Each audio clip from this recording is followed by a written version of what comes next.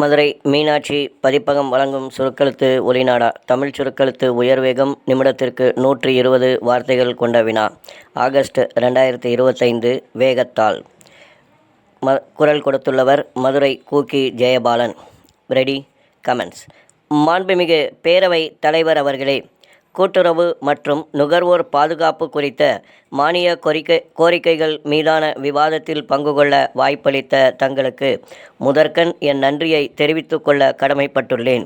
அந்த வகையில் முதலில் ஒரு விஷயத்தை அவையின் கவனத்திற்கு கொண்டு வர கடமைப்பட்டுள்ளேன். நமது மாநிலத்தில் விவசாயிகளின் முதுகெலும்பாக இருப்பது கிராமப்புற கூட்டுறவு சங்கங்கள் என்று சொன்னால் அது மிகையாகாது.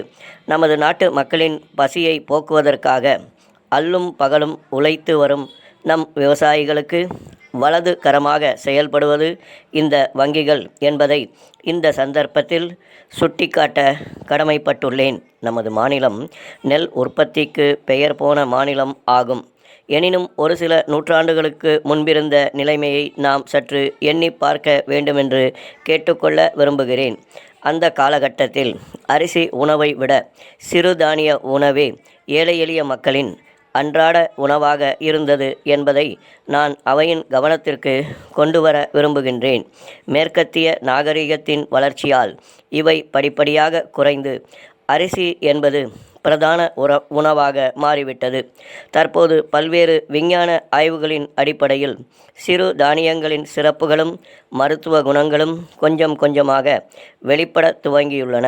மேலும் நெல்லை விட சிறு தானிய உற்பத்திக்கு தண்ணீர் குறைவாகவே தேவைப்படும். அதே நேரத்தில் நமது நாட்டில் உள்ள தட்பவெட்ப சூழ்நிலையும் பூச்சி தாக்குதலையும் சிறு தானிய வகைகள் நல்ல முறையில் எதிர்கொண்டு வந்துள்ளன என்பதை சுட்டிக்காட்ட கடமைப்பட்டுள்ளேன். எனவே இனிவரும் ஆண்டுகளில் சிறுதானிய வகைகளை உற்பத்தி செய்யும் விவசாயிகளுக்கு ஊக்கமளிக்கும் திட்டங்களை கொண்டு வருவது பற்றி ஆலோசனை செய்ய வேண்டுமென்று நான் வேண்டி விரும்பி கேட்டுக்கொள்கிறேன். அடுத்தபடியாக எங்களுடைய விருதுநகர் மாவட்டத்தில் அறுவடை காலம் முடிந்த பின்னர் உணவு தானியங்களை பாதுகாப்பதற்கென சேமிப்பு கிடங்குகள் இல்லை என்பதை இந்த மாமன்றத்தின் கவனத்திற்கு கொண்டு வர விரும்புகிறேன். அதேபோல பொது விநியோக திட்டத்திற்கு தேவைப்படும் உணவு பண்டங்களை சேகரிக்கவும் போதிய கிடங்குகளை அமைத்துத்தர வேண்டுமென்று கோரிக்கை வைக்க விரும்புகிறேன். இது சம்பந்தமான மற்றொரு விஷயம் குறித்தும் அரசு ஆழ்ந்த யோசனை செய்ய வேண்டுமென்று கேட்டுக்கொள்கிறேன். அதாவது, தற்போது சேமிப்பு கிடங்குகளில் சுமை தூக்கும் தொழிலாளர்கள் மிக குறைந்த எண்ணிக்கையிலேயே உள்ளனர். இதனால் உணவுப் பொருட்களை கையாள்வதில் மிகுந்த காலதாமதம் ஏற்படுகிறது. எனவே போதுமான அளவில் பணியாளர்களை நியமிக்க ஆவண செய்ய வேண்டுமென்று மாண்புமிகு கூட்டுறவுத்துறை அமைச்சர் அவர்களை கேட்டுக்கொள்கிறேன். இதனால் கிராம பகுதிகளில் வேலை வாய்ப்பு அதிகரிக்கும் என்பதையும் இந்த நேரத்தில் சுட்டிக்காட்ட கடமைப்பட்டுள்ளேன். மாண்புமிகு பேரவை தலைவர் அவர்களே, கடந்த சில நாட்களுக்கு முன்னர் மக்களை தேடி மருத்துவம் என்ற மகத்தான திட்டம் இதே மன்றத்தில் அறிவிக்கப்பட்டதை நினைவுபடுத்த விரும்புகின்றேன்.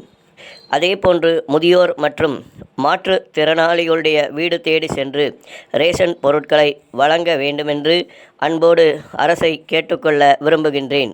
அடுத்து, நடமாடும் விற்பனை நிலையங்கள் சில இடங்களில் அங்கொன்றும் இங்கொன்றுமாக இயங்கி வருகின்றன. இன்னும் சொல்லப்போனால் நகர் பகுதிகளில் மட்டுமே இவை உள்ளன. எனவே இவற்றை மாநிலம் முழுவதும் விரிவுபடுத்த வேண்டுமென்று கேட்டுக்கொள்ள விரும்புகிறேன். அடுத்து, சமூகத்தின் விளிம்பு நிலையில் வாழ்ந்து வருகின்ற திருநங்கைகளின் வாழ்க்கையை மேம்படுத்தும் வகையில் அவர்களுக்கு தனியே குடும்ப அட்டைகளை வழங்கிய அரசுக்கு நன்றி பாராட்ட விரும்புகிறேன். இறுதியாக, பொது விநியோக கடைகளில் அத்தியாவசிய பொருட்களை வாங்குவதிலுள்ள எடை குறைப்பு பிரச்சனைகளை தவிர்க்க அவற்றை சிப்பம் செய்து வழங்க வேண்டுமென்று கேட்டு வாய்ப்புக்கு நன்றி கூறி இத்துடன் என் உரையை நிறைவு செய்கிறேன். ஸ்டாப்.